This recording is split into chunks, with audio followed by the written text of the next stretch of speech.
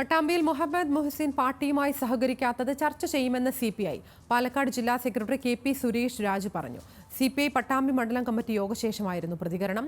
വിഭാഗീയതയും കടുത്ത ആരോപണങ്ങളും നിലനിൽക്കുന്ന സാഹചര്യത്തിലാണ് നിർണായക യോഗം. പട്ടാമ്പി MLA മുഹമ്മദ് മുഹസിൻ അനുകൂലികളായ നേതാക്കന്മാർക്കെതിരെ അച്ചടക്ക നടപടിയെടുത്തതിനു ശേഷമുള്ള ആദ്യ CPI മണ്ഡലം കമ്മിറ്റി യോഗമാണ് ഇന്നലെ നടന്നത്. CPI ജില്ലാ സെക്രട്ടറി KP സുരേഷ് രാജിന്റെ നേതൃത്വത്തിലായിരുന്നു യോഗം. 14 അംഗങ്ങളുള്ള മണ്ഡലം കമ്മിറ്റിയിൽ 9 പേർ പങ്കെടുത്തു. മുഹമ്മദ് മുഹസിൻ MLA യോഗത്തിൽ പങ്കെടുത്തില്ല. മുഹസിന്റെ സമീപനം പാർട്ടിയുടെ ശ്രദ്ധയിൽപ്പെട്ടിട്ടുണ്ടെന്നും ചർച്ച ചെയ്ത് വേണ്ടത് ചെയ്യുമെന്നും ജില്ലാ സെക്രട്ടറി KP സുരേഷ് രാജ് പറഞ്ഞു. സാമ്പത്തിക തിരിമറി നടത്തിയതിനും തെറ്റുകൾ ആവർത്തിച്ചതിനുമാണ് അംഗങ്ങളെ പാർട്ടിയിൽ നിന്ന് പുറത്താക്കിയത്.